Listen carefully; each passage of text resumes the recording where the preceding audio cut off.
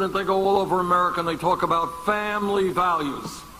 I want everybody here to understand what they mean by family values. What they mean is that no woman in this room, in this state, in this country should have the right to control her own body. I disagree.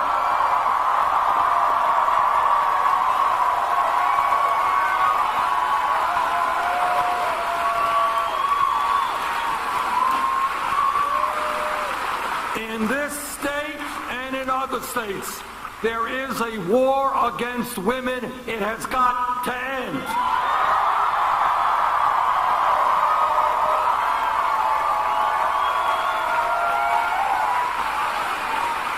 Now, I understand that you all know that in politics there is a lot of hypocrisy. You all know that. But I'll tell you something, on this issue of a woman's right to choose, I think hypocrisy goes to the highest level, and I'll tell you why. These Republicans go around the country and they say, government is terrible. We hate government. We're going to cut Social Security, Medicare. We're going to get rid of the Affordable Care Act. We are going to get government off of your backs. Except when a woman has to make a very personal choice. Then they love the government.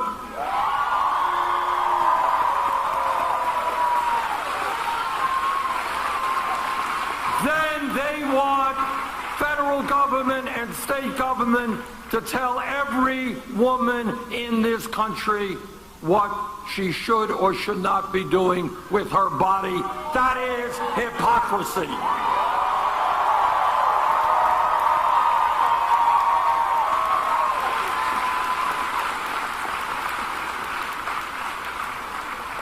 And this campaign is listening to our brothers and sisters in the African American community.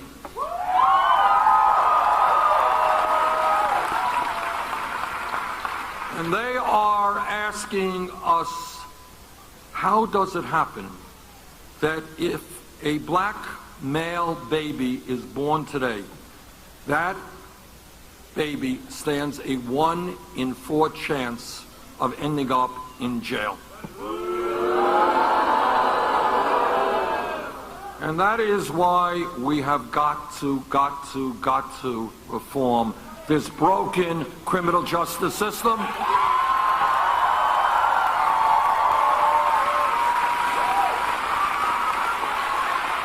And that is why we need police department reform in this country.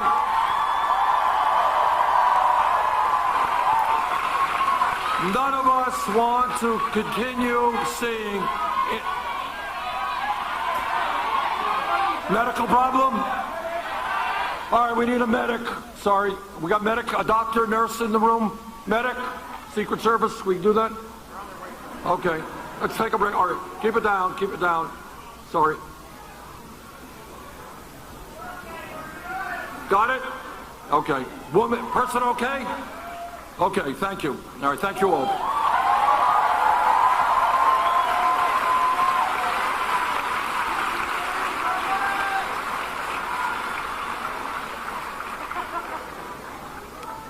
Let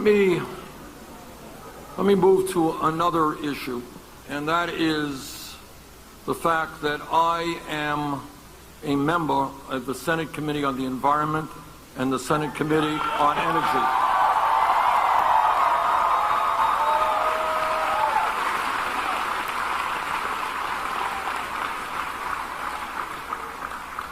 And what I can tell you as someone who has spoken to many, many scientists in the United States and around the world, the debate over climate change is over. Climate change is real. It is caused by human activity.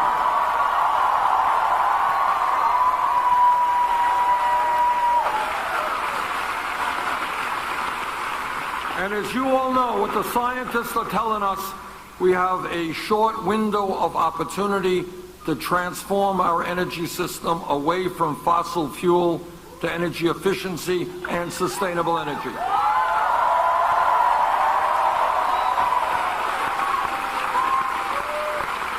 And what the scientists are telling us, and we're seeing more and more evidence of this every single day. If we don't get our act together, this planet by the end of the century will be 5 to 10 degrees Fahrenheit warmer than it is now. And that means more drought, more floods, extreme weather disturbances, acidification of the ocean, rising sea levels, and international conflict as people fight over limited natural resources. We have a moral responsibility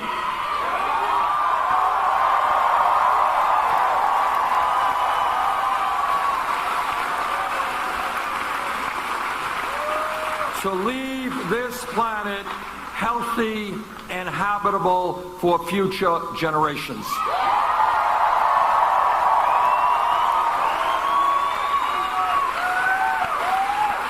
And I want to connect some dots here.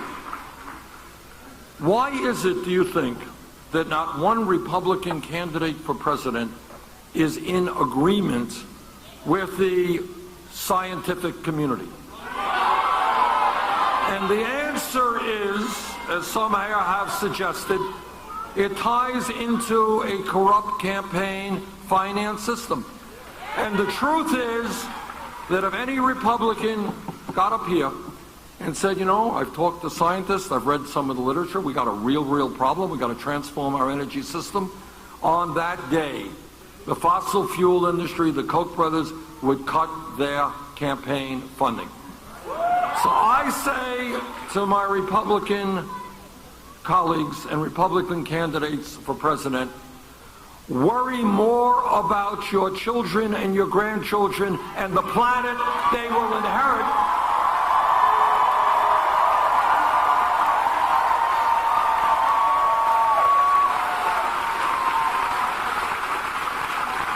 worry more about future generations and this planet than your campaign contributions and the profits of the oil industry and the coal industry today.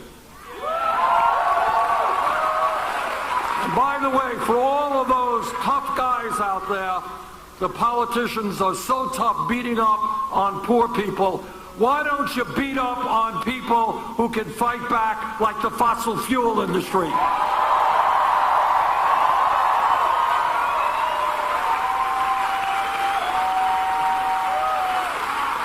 See, it's very easy to beat up on the poor and the helpless, not so easy to take on the billionaires who control the fossil fuel industry.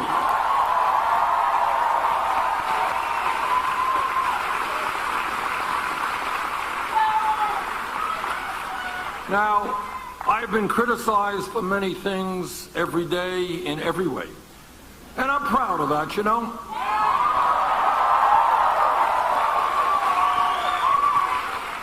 Back in 1936, when Franklin Delano Roosevelt was being nominated for a second term, he said something to the effect that what he called the economic royalists, that's back in the 30s, what I call the billionaire class, he said the economic royalists hate him with a passion, but he welcomed their hatred.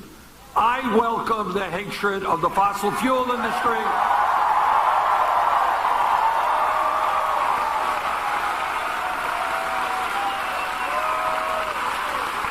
Not afraid of them, not afraid of Wall Street, not afraid of corporate America. If we stand together, we can take them on.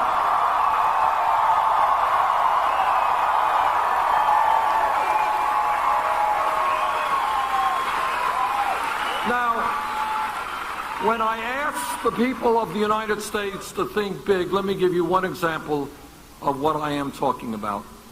All over the world, we need help? All right, medics. We need a medic here? Okay.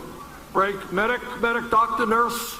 Right here. Can we get somebody to help? Right here, please. Right here in front. Yeah. You're right. People have been standing for too long. It's not good. All right, can we get somebody here? Okay, we got some medics coming. Okay.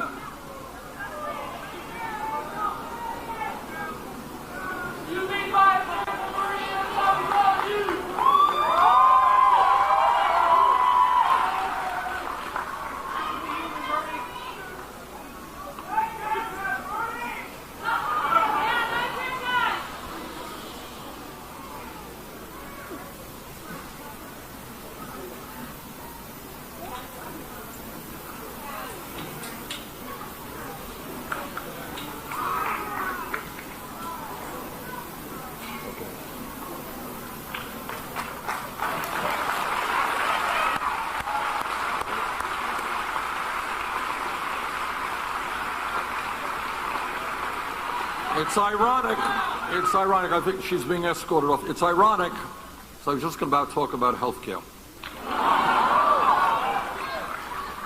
And what I was going to say, and I better talk fast before I see anybody else fainting around here, is I have been criticized for making a very simple point.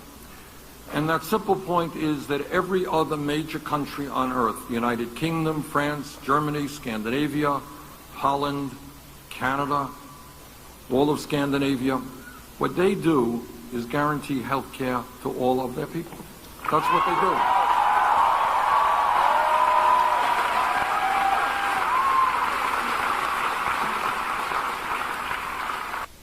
Now, I'm a member of the committee that helped write the Affordable Care Act, and it has done some very good things. It has done away with this lunacy of pre-existing conditions.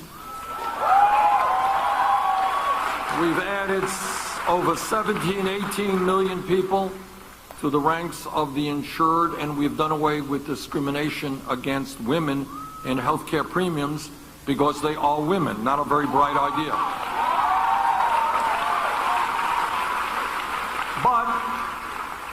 But despite the gains of the ACA, 29 million people today continue to have no health insurance. Many of you and millions of other Americans are underinsured with high co-payments and high deductibles. Is that right? And the pharmaceutical industry is ripping us off every single day.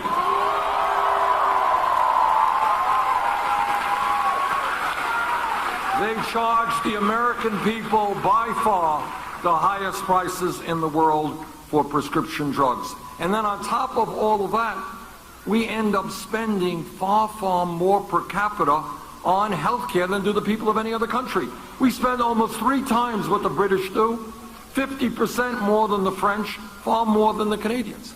And that tells me that as a nation, we must move toward a Medicare for all health care program.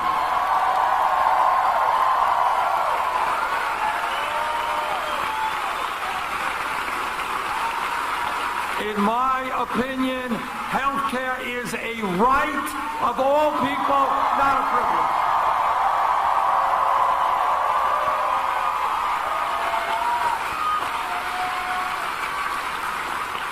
Now, some people out there, including my opponent, says, well, Bernie's a nice guy, but he's not electable.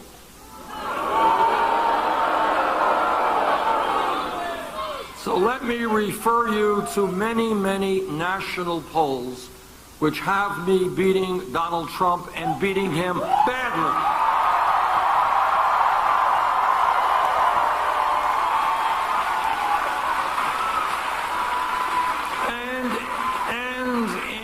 Almost, not all, but most of those polls, I beat him with bigger margins than Secretary Clinton does.